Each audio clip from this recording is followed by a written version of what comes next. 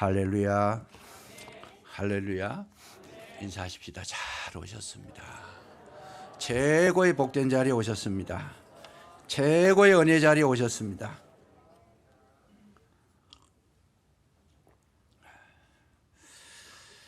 하나님께서 이스라엘 백성을 구원하신 이후에 제일 먼저 시키신 일이 성막을 지어라 그렇게 하셨는데, 우리가 구약을 이해하기가 참 쉽지 않습니다. 왜? 우리하고 동떨어졌기 때문에.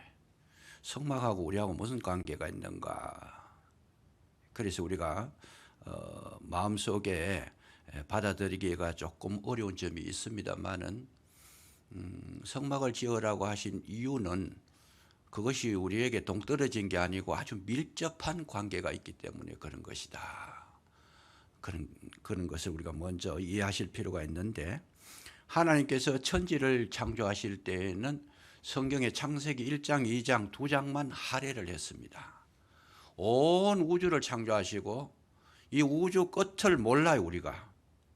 그만큼 넓고 광활한 우주를 창조하시고 또 온 세계 가운데 우리 지구를 창조하시고, 지구 속에서도 어마어마한 세계들이 있는데, 높은 산이 있고 깊은 바다가 있고 많은 것들이 있는데, 그 많은 것들을 창조하시는 데에 2장을 할애를 했습니다. 2장만 하나님께서 사용하셨다 그 말씀이죠.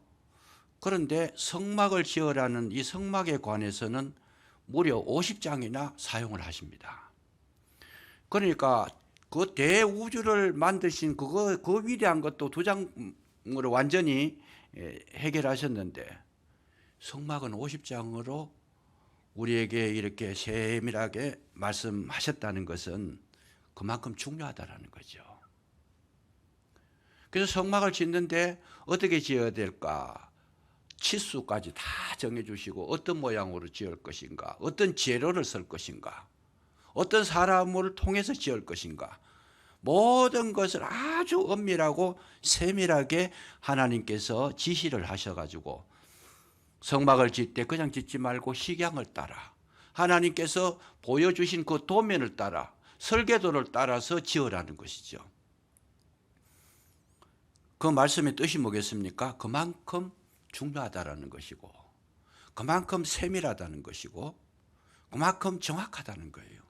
그럼 성막이라는 것이 뭘까? 우리 신약으로 보면 구약에서 최초의 성막인데, 이 성막이 가나안에 들어가면서 성전으로 바뀝니다. 솔로몬이 성전을 지었고, 파괴된 이후에 또 스룹바벨이 성전을 지었고, 그 다음에 신약으로 넘어오면서 헤롯 대왕이 또 성전을 46년 동안 걸쳐서 지었습니다. 예수님 오실 당시에는 그 성전이 파괴됐습니다. 그래서 예수님 하신 말씀이 그 성전을 헐어라, 내가 사흘 만에 짓겠다. 그러시면서 그 성전이 곧 예수님 자신 된 것을 나타내 주신 거죠. 그러니까 이 성전 된 예수님께서 이제 십자가를 지시고 부활하셔서 하나님 나라에 올라가셨다가 성령을 우리에게 보내주셨는데, 성령께서 오셔서 다시 성전을 짓는데, 성전 대신 예수님이 우리 속에 들어오셔가지고 우리 몸을 성전 삼아서 저와 여러분과 함께 하시기를 원하셔서 지금도 함께 하시는 줄로 믿으시기 바랍니다. 그래서 성막을 짓는다는 것이 뭐냐? 신약에 와가지고 현재 오늘 내가 성막이 되는 것이다, 내가 성전이 되는 것이다, 내가 나를 짓고 있는 것이다, 그 말이에요. 내가 나를 짓고 있는 것이다. 그래서 내 속에 그리스도의 영으로 충만하게 채워져서 거룩한 성전이 되면 하나님께서 주시고자 하는 모든 복을 받아 누릴 수 있습니다. 그런데 내 속에 거룩한 성령의 역사를 외면하고 제외하고 내가 범죄 가운데 들어가고 하나님의 말씀을 무시하고 하나님을 거절했을 때에 모든 걸 잃어버린다는 거죠. 그 죄악이 들어오면, 죄악은 우리의 모든 행복을 다 뺏어가 버립니다. 그래서 하나님의 뜻이 뭐냐? 우리 속에 성령이 충만해서 온전히 하나님의 사람으로 세워지는 것, 이 일을 위해서 오늘도 성령께서 우리에게 일하고 계신다는 거죠. 잠시도 쉬지 않고 일하고 계신다. 그런데 우리는 성령의 역사를 경험하지 않고 그것에 관심이 없고 하다 보니까 우리 욕심을 따라 살아갑니다. 내 소욕을 따라서. 내가 하고 싶은 거. 하다 보니까 범죄하게 되고 또 교만해지게 되고 하나님을 멀리하게 되고 내 자유롭게 내 뜻을 이루며 살아가는 이런 모습으로 우리 속에 꽉 채워지니까 곧 육신의 정욕과 안목의 정욕과 이생의 자랑과 내가 하고 싶은 일로 꽉 채워지니까 누가 성령의 역사가 지금 내 속에서 일을 하지 못하시는데 성령께서 소멸돼 점점 그 힘이 약화되니까 따라오는 것이 뭡니까? 축복도 소멸되고 있다는 거죠. 그러니까 하나님 주시고자 하는 정말 그 은혜가 많은데 그 은혜를 점점 잃어버리니까 우리는 점점 어둠에 빨려 들어가는 것이다. 구약시대 때도 보면 이스라엘 백성이 하나님 말씀을 잘 지키고 하나님 뜻을 따라갔을 때에는 그 나라가 왕성했어요. 힘을 가지고 강건한 그런 능력을 가지고 오히려 이웃 나라들에게 참 공격당하지 아니하고 오히려 이웃 나라들이 이스라엘 유대 나라를 두려워하고 겁을 내고 경계를 했는데 이스라엘 그 각 왕들이 범죄하고 백성이 하나님을 멀리했을 때에는 주변 국가들이 여지없이 쳐들어왔습니다. 바벨론이 쳐들어왔고 아수르가 쳐들어왔고 아람 나라가 쳐들어왔고 밑으로는 애굽이 쳐들어왔고 조금 더 지나고 나면 신약시대에 로마가 공격해서 티토 장군이 이스라엘을 완전히 파괴를 시켜버렸고 좀 더 나가가지고는 이스라엘 민족이 완전히 흩어져 버려가지고 2000년 동안 나라도 잃어버렸고 그들이 완전히 그냥 뿔뿔이 디아스포라가 됐다는 거. 이것이 과거 구약에서부터 지금 성막에서부터 쭉 내려온 역사의 현장이 지금 그렇게 되어 있다는 거죠. 그러니까 여지없이 우리 속에 성령의 거룩한 역사로 충만해지고 주님이 기뻐하시는 모습이 되고 하나님 앞에 온전한 모습으로 서게 되면 나머지 모든 문제는 누가? 하나님께서 책임져 주신다는 거 믿으시기를 주의 이름으로 축원합니다. 우리가 살아가는 모습을 가만히 보면 정말 그 힘들게 사시는 분이 참 많아요. 힘들게 산다는 것은 뭐냐?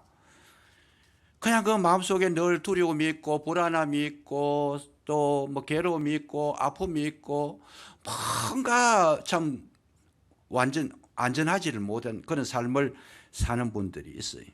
그리고 마음에 힘이 없어요. 왜 그럴까?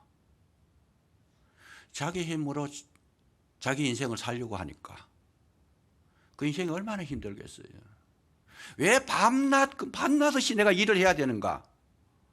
밤낮없이 일을 하는 건 나쁜 게 아니지만은 밤낮없이 일을 하지만은 마음속에는 늘 근심이 있고 걱정이 있고 괴로움이 있어요. 왜요? 내 힘으로 먹고 산다는 그 생각. 내가 일 안 하면 못 산다는 생각. 내가 노력하지 아니하면 경제가 이것이 유지될 수 없다라는 불안한 생각. 그러니까 일을 해야 된다는 거예요. 거기 너무 심각하게 더 깊이 들어가면 일 중독자를 할 것처럼 내가 일을 손에 놓으면 그만 손이 부들부들 떨리고 이 중독자들의 현상이잖아요. 마음이 불안하고 괴로운 거예요. 그래서 그 마음에 뭐가 없어요? 쉼이 없더라. 평강이 없더라. 기쁨이 없더라. 그러나 예수님께서는 뭐라고 말씀하셨어요? 수고하고 무거운 짐진 자들아 다 내게로 오라. 내가 너희를 쉬게 하리라. 주님을 우리 마음속에 모셨을 때에 주님께서 우리에게 주시는 선물이 뭘까? 쉼인 줄로 믿으시기 바랍니다. 안식입니다. 평안입니다. 샬롬이 그러잖아요. 자유입니다. 기쁨입니다. 왜? 내 삶을 내가 책임지는 것이 아니고 주님께서 내 삶을 책임져 주시기 때문에 주님께 모든 걸 맡기고 성령이 내 속에 충만하게 채워졌을 때 뭐가 오느냐? 내가 너희에게 쉼을 주겠다. 너희를 쉬게 하겠다.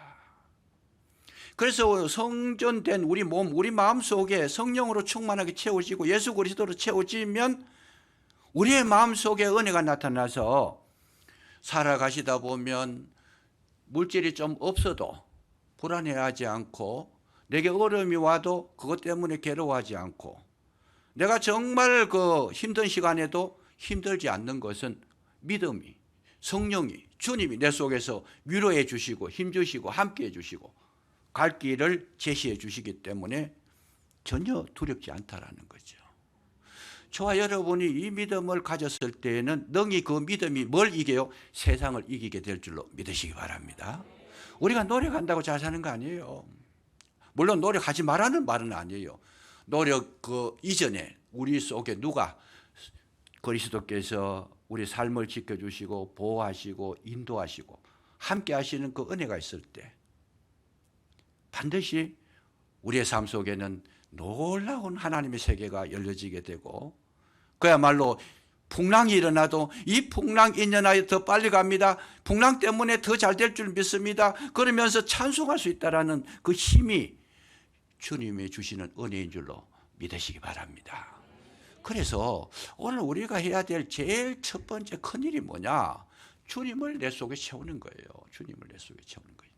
그래서 다윗이 하나님 앞에 기도할 때에 제일 그 걱정을 하고 다윗이 가장 두려워했던 것이 뭔가? 시편 51편 11절에 보면 다윗이 이런 이야기합니다. 나를 주 앞에서 쫓아내지 마시며 주의 성령을 내게서 거두지 마옵소서.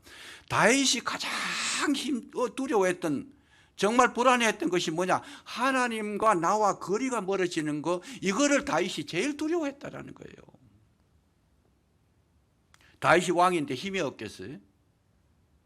다윗이 왕이기 때문에 말 한마디만 하면 모든 것을 신하들이 다 일사불란하게 움직여서 다 채워주는데 못할 것이 없잖아요, 왕이.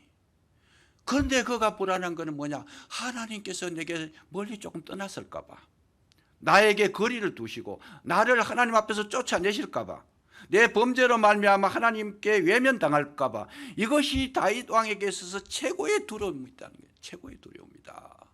오늘날 우리 가운데 신앙생활을 하시면서 이 마음을 가지신 분이 과연 얼마나 될까? 돈이 없어 걱정하지 주님 없어 걱정하는 분이 없어요. 그러나 우리의 문제 해결은 돈으로 해결하는 것이 아니고 주님께서 해결하시는 줄로 믿으시기 바랍니다.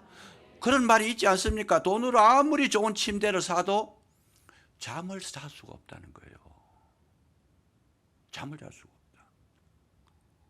아무리 우리 돈으로 좋은 약을 먹고 좋은 참 의료진을 통해서 많은 그 치료를 받지만은, 그러나 건강은 누가 주셔야 돼요? 주님이 주셔야 된다는 거죠. 이런 것을 우리가 눈떠가 아는 것을 뭐라 그래요? 영안이라 그래요. 영안이라는 거죠. 그래서 다윗은 하나님이 떠나면 내가 살아갈 수가 없습니다. 왜 살아갈 수 없어요? 얼마든지 살아갈 수 있죠. 다윗은 영안이 열렸으니까 그걸 아는 거예요. 오늘 우리가 살아가면서도 가장 중요한 것이 뭘까? 정말 주님이 없으면 안 된다고 하는 그 믿음과 그 의식, 그 마인드가 형성되어졌을 때 그분은 뭐가 열렸어요? 영안이 좀 열린 거다 그 말이죠. 그 영안이 열려졌을 때 우리는 하나님을 신뢰하게 되고 하나님의 인도를 받게 되고 말씀을 쫓아가게 되고 주님과 교통하게 되고 그 삶 속에 주님 주신 힘으로 살아가는 것이다. 그래서 다윗이 고백한 것이 뭡니까? 여호와는 누구예요? 나의 힘이 되신 여호와여, 내가 주를 사랑하나이다. 그래서 다윗에게 있어서 가장 큰 능력이 세상의 권력도 아니고 세상의 물질도 아니고 세상의 군대도 아니고 오직 자기에게 가장 큰 힘은 나의 힘이 되신 여호와라는 거죠. 주님을 의지하고 주님을 힘으로 삼는 자는 이 세상 끝날까지 하나님께서 그를 보호하시고 지키시는데 부족함이 없을 줄로 믿으시기 바랍니다. 그것이 시편 23편이잖아요. 뭐라고 말씀하세요? 여호와는 나의 목자시니 내가 부족함이 없으리로다. 마지막에는 뭐라 그래요? 주님 앞에서 상을 차리시고 원수의 목전에서 내게 기름을 부어주시더라. 그것이 다윗의 신앙 고백이었고 하나님께서 다윗을 볼 때 너는 내 마음에 합한 자다, 그렇게 말씀하십니다. 오늘날 우리에게 일어나는 모든 정신적인 문제, 해결할 수 없는 문제들, 이런 문제들은 어디에서 왔는가? 하나님과 멀어져서 그렇다는 거예요. 왜 내가 불안하고 왜 우울증이 오고 왜 뭡니까? 뭐 공황장애가 오고 이런 정신적인 모든 문제의 근원을 파고 들어가 보니까 그 속에 하나님이 계시지 않더라는 거예요. 왜 불안해해야 되는가? 근심을 제거하는 일에는 물론 병원에 가서 치료하시면 효과가 있을 수 있습니다만은 그 효과가 있는 것은 일시적인 순간. 우리가 병원에 가서 치료받고 나왔지만은 얼마 지나지 않아서 또 병에 걸릴 수 있고 얼마 지나지 않아서 또 재발할 수도 있고 또 다른 병이 우리에게 찾아올 수도 있고 그건 일시적으로 잠재우는 것이지 완전한 치료는 될 수가 없다는 거예요. 그래서 하나님께서 이스라엘 백성들에게 말씀하시기를 너희들이 성막을 지어라. 왜 그 바쁜데 성막을 지어라 그랬느냐? 너희들 힘으로는 살아갈 수가 없다는 거예요. 내가 너희들과 함께 해야 되니까 함께 함으로 너희들의 삶이 지켜지고 보호를 받고 너희가 생명을 얻고 너희가 바른 길을 갈 수 있기 때문에 그 바쁜 와중에 다른 거 다 제껴놓고 성막부터 지어라는 것이 오늘 본문이었어요. 그래 우리가 해야 될 일은 뭐냐? 이 먼저라는 이 개념을 분명히 가지셔야 됩니다. 그래서 마태복음 6장 33절에 뭐라 그래요? 너희는 먼저 그 나라와 그 의를 구하라. 아무리 바쁘지만 할 일이 많지만 시급하지만 그거 제껴놓고 더 급한 일이 있다. 그건 뭐야? 먼저 그의 나라와 그의 의를 구하는 걸 먼저 하라는 거예요. 그랬을 때에 나머지 문제는 누가 주님이 해결해 주시는데 그 문제를 해결할 수 있는 아이디어를 주시고 해결할 수 있는 길을 열어주시고 해결할 수 있는 방법을 알려주시고 그 해결할 수 있는 힘을 주셔서 하나님께서 내게 오셔서 나를 인도하실 때에는 가장 정확한 길로 인도하심으로 말미암아 우리의 삶에 형통함이 있게 될 줄로 믿으시기 바랍니다. 이것을 하지 않으니까 자꾸 모르고 가니까 길도 모르고 내가 해야 할 일도 모르고 방법도 모르고 거기에 대한 어떤 아이디어와 지혜가 없으니까 마구 내 마음대로 해버리다 보니까 여러분 실타래가 얽혀지면 풀어내기가 얽혀지는 건 쉬워요. 그런데 풀어내는 건 어렵습니다. 오늘 인생을 그렇게 엉킨 것처럼 실타래 엉킨 것처럼 그렇게 살다 보니까 그 속에 갇혀가지고 풀어내지를 못하고 늘 그냥 전전긍긍하고 괴로워하고 아파하고 혼돈이 오고 뭘 해야 될지 모르고 어떤 날은 좀 좋은 날이 있는가 싶으면 어떤 날은 막 그냥 사정없이 그냥 폭우가 쏟아서 홍수가 와가 그 인생을 몰아치는 그런 날이 오고 오늘 우리에게 있어서 가장 소중한 것은 저와 여러분 속에 주님이 계시도록 성전을 짓는 데에 최선을 다하시기를 주의 이름으로 축원합니다. 제일 먼저 지으라는 거예요. 제일 먼저 지어라. 제일 먼저 지어라. 그 나라와 그 의를 구하라. 예수님을 구하고 예수님의 말씀을 구하고 예수님의 뜻을 구하고 예수님의 삶을 구하고 예수님과 하나 되는 성품을 구하고 주님과 동행할 수 있는 그 요소를 내 가슴 속에 채우면 이 모든 것을 더하시리라. 우리의 삶은 내가 사는 것이 아니고 내 속에 그리스도께서 사신 것이라. 이 영적인 체험을 하고 난 바울의 고백입니다. 내가 사는 것이 아니고 내 속에 그리스도께서 사신 것이다. 날마다 우리는 주님께서 우리의 발걸음을 인도하시고 어떤 길을 가야 될지 어떻게 살아야 될지 가르쳐 주심으로 저와 여러분의 걸어가는 걸음에는 문제가 있어도 그 문제를 넘어설 수 있는 주님의 능력이 있으므로 그 문제가 왔을 때 문제가 크면 클수록 우리는 뭘 해야 돼요? 감사와 찬송이 있는 겁니다. 왜? 그 문제, 이 큰 문제를 딛고 넘어서는 그 기쁨과 감격이 있는 거죠. 파도 타기를 하시는 분들은 파도가 약하면 재미가 없다 그래요. 파도가 30m, 40m, 50m 높이 이렇게 일어날 때 그 파도를 타는 그 재미가 얼마나 강한지 모른다는 거죠. 그러니까 주님을 모신 사람들은 이 세상에 문제가 왔을 때 그 문제가 크면 클수록 절망하는 것이 아니고 거기에서 오히려 감격을 느끼고 주님께서 나를 얼마나 강하게 붙드시고 있다라는 사실을 입증하기 때문에 풍랑 속에서도 노래하게 되는 줄로 믿으시기 바랍니다. 얼마나 좋은 거예요. 얼마나 좋은 거예요. 그래서 이런 것을 참 외치라는 거죠. 외치라는 거. 이런 걸 알려라. 알아듣도록 해라. 듣든지 아니 듣든지 때를 얻든지 못했든지 어쨌든 이야기해라. 그 길만이 살 길이라는 거. 설교가 뭐냐? 우리의 심령을 예수님께로 인도해서 주님으로 채우는 거. 이것이 성경이에요. 창세기부터 계시록까지 모든 것은 하나님 말씀으로 됐는데 그 말씀을 내 가슴 속에 꽉 채우면 이 땅에 살아갈 때에 하나님의 은혜가 나타나고 기쁨이 나타나고 이스라엘 백성이 가나안에 전쟁을 하는데 그 싸움할 줄도 모르는 사람들이 가나안에 들어가 가지고 전쟁할 때 한 번도 진 적이 없어요. 여러분 여호수아서를 한번 읽어보세요. 한 번도 진 적이 없어요. 아이성하고 싸울 때 한 번 졌어요. 왜 졌느냐? 하나님을 의지하지 않고 여리고성을 무너뜨리고 나니까 용기 백배하고 그 속에 아간이라고 하는 사람이 죄를 지었어요. 물건 훔쳐가 그냥 하나님의 기뻐하시는 일을 행하지 않고 아이성 싸울 때 기도하지 않고 하나님 의지하지 않으니까 딱 한 번 전쟁에 졌다는 거. 그거는 뭐예요? 믿음으로 하지 않았을 때.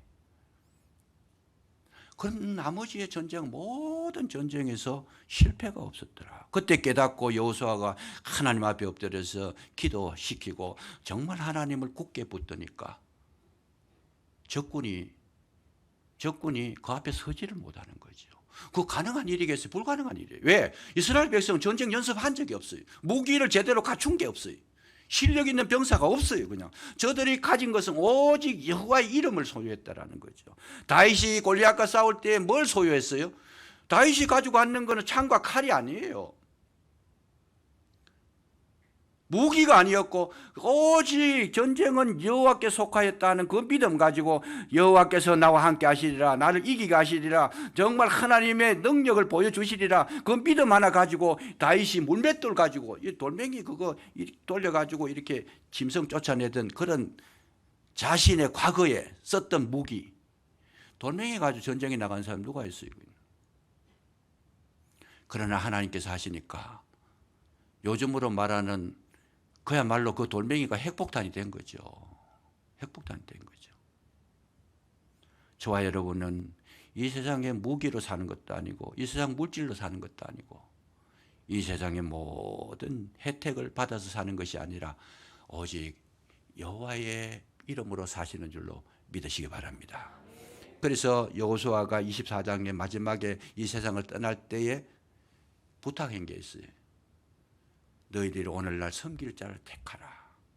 오직 나와 내 집은 여호와를 섬기겠노라. 그게 그냥 나온 이야기가 아니에요. 자기가 경험해보고 하나님을 의지해서 하나님께서 하시는 일을 영안을 뜨고 봤기 때문에 그 말을 할 수 있다는 거예요. 제가 목사지만은 저도 말하고 싶어. 한마디만 말해라 그러면 오직 여호와를 의지해라 그 소리만 하고 싶어요. 성지순례 갔을 때에 통곡의 벽에다가 이 뭡니까 메모를 하나 적어가지고 이 메모장을 가지고 자기의 소원하는 거를 적어서 통곡의 벽에 꽂아놓고 기도하면 이루어진다라고 하는 속설이 있어요. 속설이 있는데 그게 진짜인지 아닌지 그거는 모르지만 일단 그거를 받아들이면서 제가 거기에다가 기록한 게 하나 있어요. 메모지에 뭐라고 기록했겠어요? 주님과 나와 하나가 되게 하옵소서. 제일 하나의 기도 제목 그것만 썼어요. 내가 너희 안에 내 말이 너희 안에 너희가 내 안에 가면 모든 것을 구하라 그럼 이루리라. 주님과 하나 되게 하옵소서.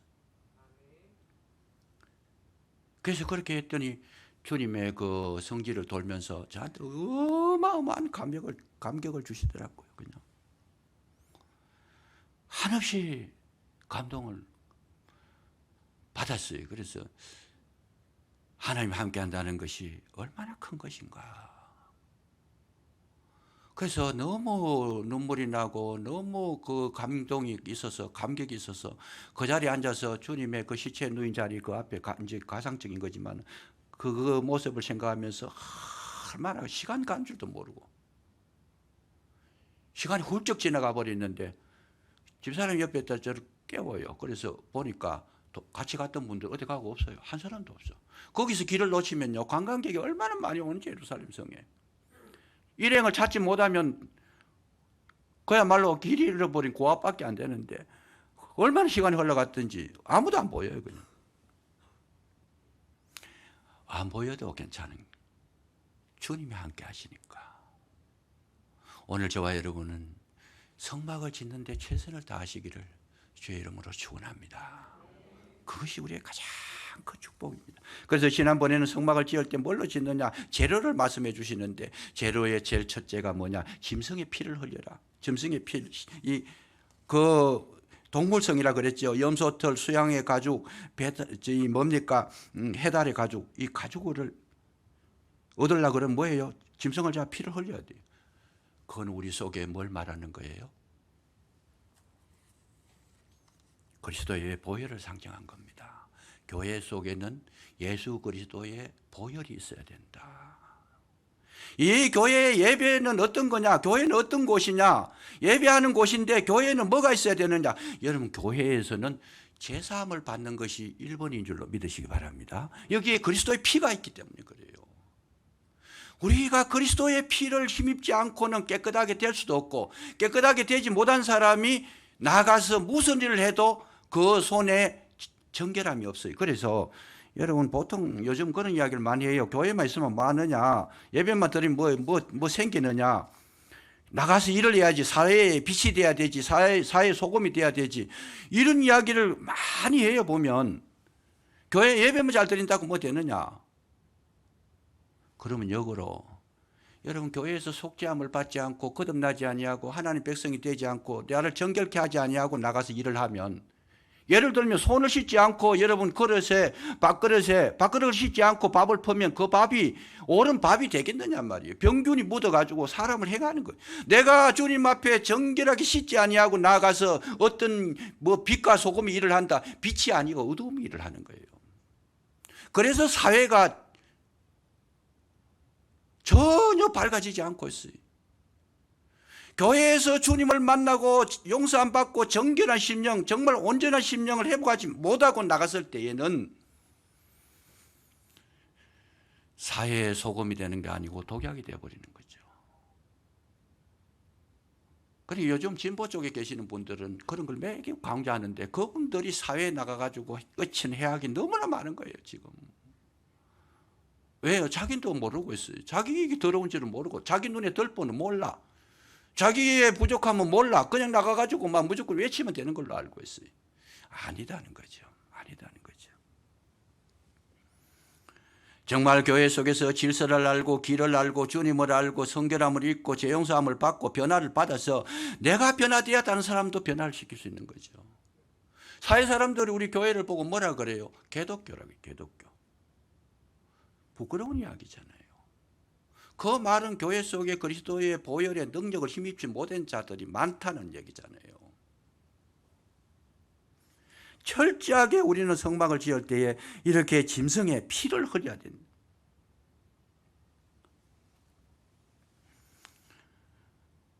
중요한 이야기입니다. 그리고 두 번째는 뭐냐 하면 식물성을 말하는 거예요. 식물성. 그게 보면 뭐라고 지어야 되느냐.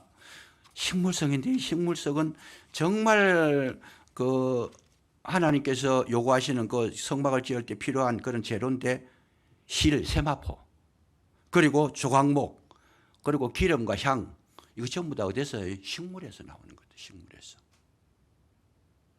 그 식물에서 나온다는 말은 뭐겠어요? 성장을 말하는 거예요. 성숙한 걸 말하는 거예요.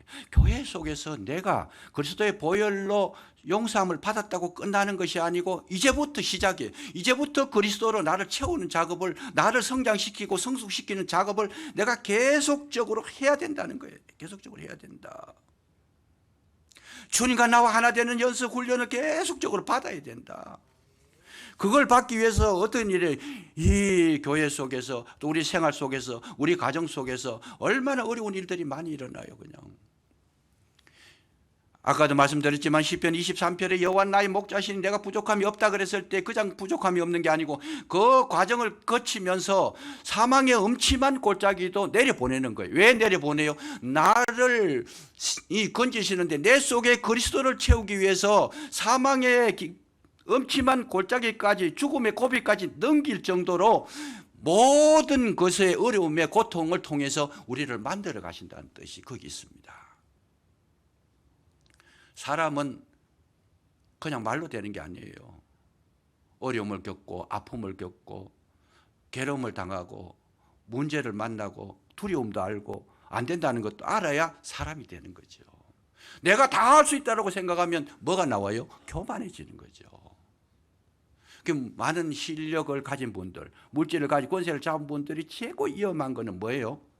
마음이 높아지는 거예요. 내가 할 수 있다고 생각하니까.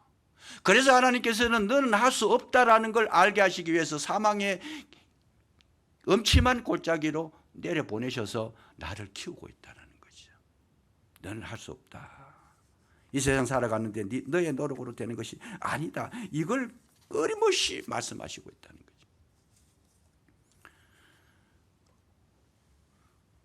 우리나라의 그 목회하는 가운데 여성 목회자 가운데 김양재 목사라는 분이 있습니다. 김양재 목사라는 분이 계시는데 그분이 굉장히 아주 그 많은 사람들에게 영향을 끼치는데 아주 그 많은 그 좋은 생명의 말씀 많이 보여주고 있습니다. 그런데 그분의 고백이 뭐라 그런가 하면 자기가 가장 자기를 힘들게 했던 사람이 누구냐? 자기 남편이라는 거예요. 자기 남편하고 뜻이 안 맞아가지고 사사건건이 부딪히고 싸우고 아프고 정말 힘들게 했다는 거죠. 힘들게 했다. 그래서 이분이 자기가 너무 힘드는 거 가지고 어디로 가는? 주님 앞으로 갔다는 거예요. 주님 앞으로 갔다. 주님 앞으로 가가지고 주님 앞에 은혜를 구하고 주님의 영으로 채우고 말씀으로 채우니까 정말 거기에 하나님의 은혜를 경험하여서 자기가 목사가 되고 연단받고 다듬어져서 많은 사람에게 문제를 극복할 수 있는, 가정에서 남편과 뜻이 안 맞아도 이겨낼 수 있는 그런 비결들을 이야기하고 있습니다. 그래서 그 어려움이라는 거 우리에게 굉장히 유익한 거지. 어려움이라는 것이. 오늘 저와 여러분이 살아가는 동안에 문제를 주실 때에 그 문제는 뭐냐? 내 내면을 채우는 하나님의 특별하신 은혜인 줄로 믿으시기 바랍니다. 문제가 없으면 우리는 해결이 안 되는 거예요. 아픔을 통해서, 안 되는 것을 통해서 더욱 주님 앞에 가까이 나가게 되고 주님을 더욱 의지하게 되고, 그래서 많은 사람들의 하나님 앞에 쓰임받는 인물들은 문제 없이 된 인물이 아무도 없어요. 그냥 다 문제가 있고 어려움이 있고 아픔이 있고 고난이 있고, 그 속에서 주님을 만나고 은혜를 입고 영성을 채우다 보니까 하나님의 사람으로 성장하고 성숙하게 되는 줄로 믿으시기 바랍니다. 이 작업을 끊임없이 하나님은 시키고 계시다라는 거예요. 끊임없이 하나님. 그래서 오늘 우리에게 당하는 그런 모든 문제가 어떤 문제예요? 나를 만드시는 문제, 나를 하나님께서 세우시는 문제, 나에게 정말 하나님의 능력을 나타내는 그 시간들, 그 시간이 우리에게 가장 소중한 시간이라는 거죠. 그래서 하나님 오늘도 말씀을 통해서, 예배를 통해서, 또 문제를 통해서, 이 모든 여건을 다 통해서 목적이 뭐냐? 내가 너의 안에 있어서 너와 하나 되는 것을 지금 연습하고 훈련받아서 굳게 해라. 이 말씀하고 계신다는 거예요. 이 말씀하고 계신다. 그래서 아픔을 겪었을 때 아픔만 바라보지 마시고 아픔 뒤에 주님의 뜻이 무엇인가를 물어보면 선명하게 주님은 대답해 주실 줄로 믿으시기 바랍니다.